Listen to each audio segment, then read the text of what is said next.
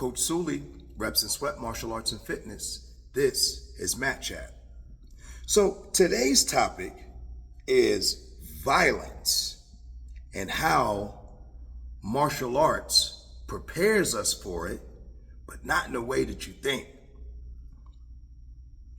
I'm sure all of us who are martial artists and some aspiring martial artists get into martial arts thinking that there's going to be some sort of vigilante lifestyle waiting for us.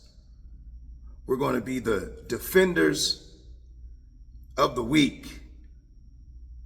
We're going to be badasses walking around, ready for anything, ready for action. Some of us even get into martial arts and earlier on look for problems and look for trouble in ways in trying to figure out if what we learn works or not. But eventually what happens is that the vigilante lifestyle that we thought was waiting for us dwindles away. The action disintegrates. The eventfulness ends up being non-existent. And all of these skills that we spent years and years developing and getting good at almost feels like they end up being put on a shelf for display only. We never get to use it. So, first of all, I'll be the first one to tell you that when you head down the road of a martial arts lifestyle, the biggest benefit that you're going to get from martial arts, the biggest practical benefit that you're going to get from martial arts is going to be fitness. That's it. The fights, the confrontations that you think are going to happen, they don't happen. And the reason for that is that as you start to understand violence, you start to really get an idea, a good idea of the seriousness of violence. You get a hands-on understanding of the consequences of violence. And that creates a level of awareness in you that motivates you to do whatever you can do to avoid violence, real violence.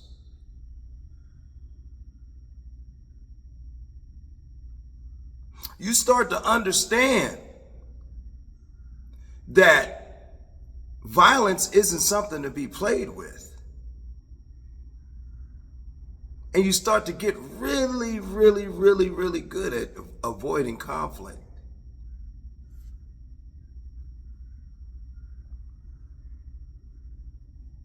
You start to realize that a lot of the conflict that happens is over nonsense, over things that don't matter and can totally be avoided.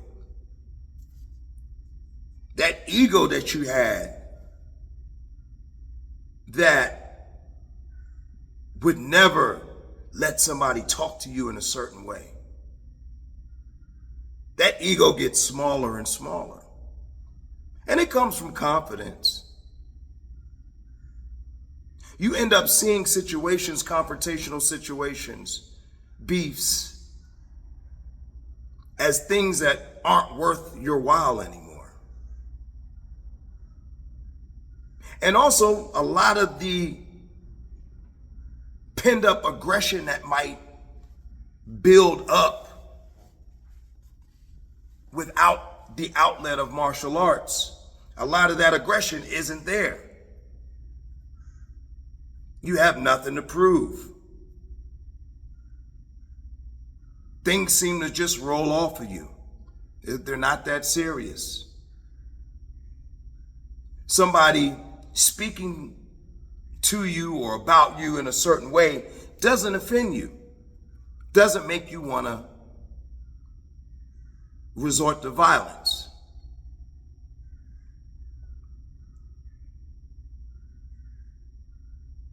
And this action-packed lifestyle that you had envisioned ends up becoming further and further from reality.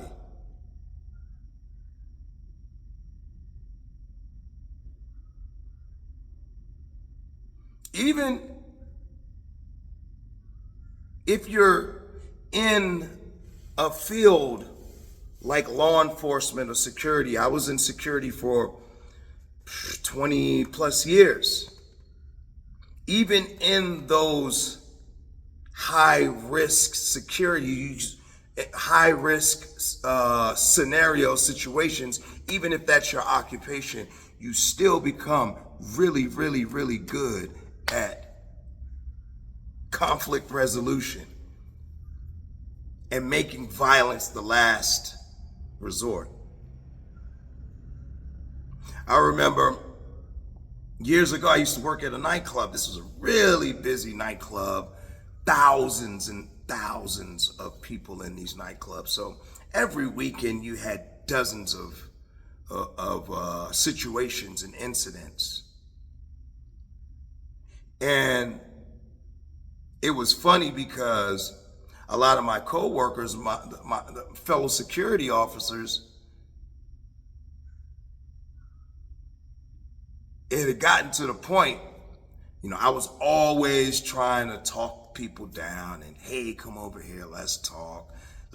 And I would end up spending a lot more time dealing with the situation because I just didn't want it to get to violence.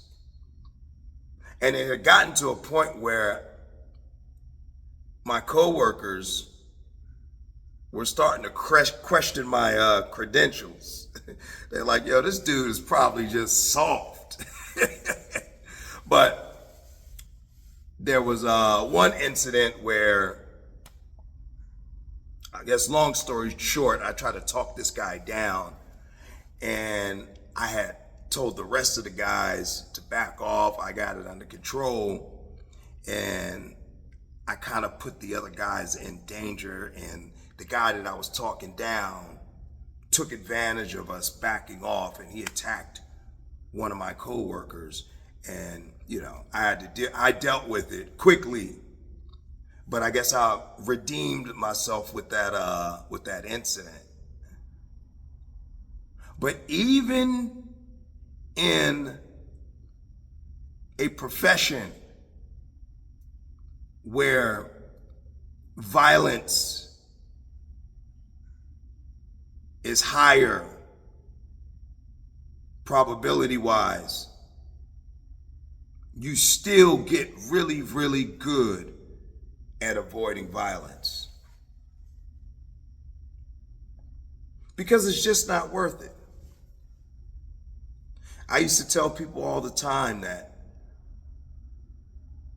I didn't spend an hour getting ready to go out and grab my nice pants and nice shoes out the closet and trim my beard and all this stuff to be tussling around with somebody over some nonsense so they can have it.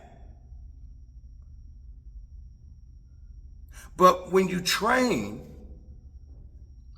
even though you are qualified,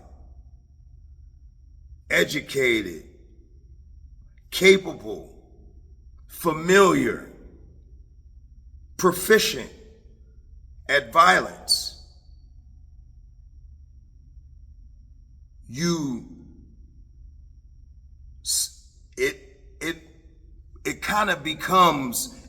It kind of gets pushed down the line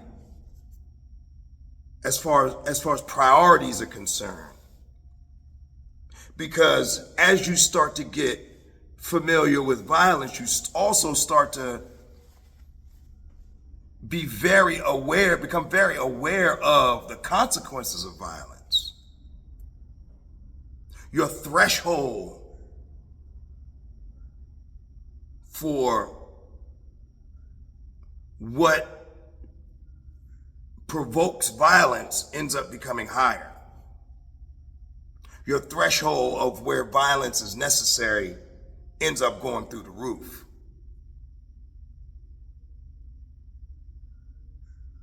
And things just don't piss you off like that. But I also think that when you're training, in a way, you separate the emotions out of violence. Violence no longer is something that happens when you're angry. Violence becomes something that you have control over and you can turn on and turn off. So you can assess where it's necessary from a more logical standpoint.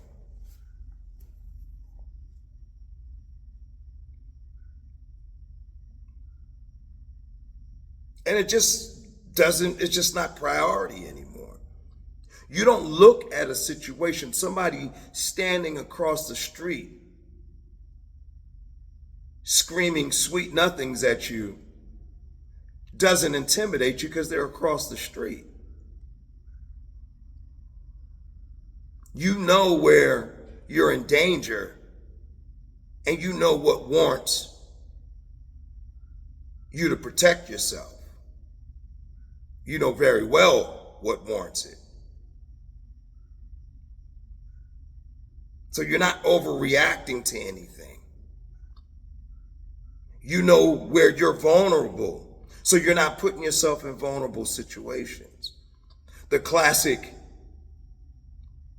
we're angry at each other, so we're going to stand chest to chest and scream in each other's face. You don't participate in things like that. As far as you're concerned, we're either fighting or we're not fighting.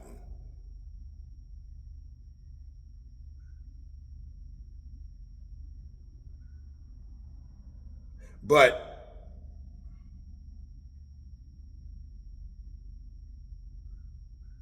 it just doesn't provoke you like it used to. It's reserved for either practice or an actual dangerous situation. You know exactly where it's appropriate.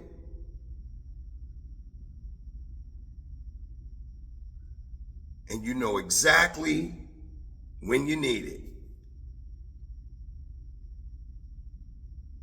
There's no questions.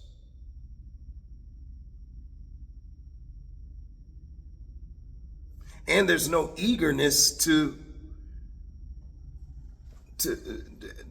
bring violence in the mix if it's not necessary.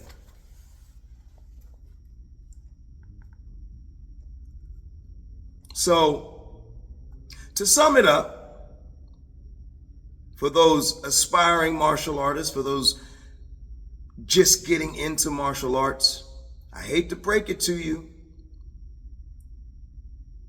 the action-packed lifestyle that you thought you were going to live, it's not going to happen. The badass that you think you're going to be, it's not going to happen. The altercations and the highlight reels that you think that you're going to be the star of, they become fewer and further between the better you get. And the biggest benefit that you end up getting from martial arts will be fitness. Hate to break it to you. Fitness. You'll be in a hell of a good shape.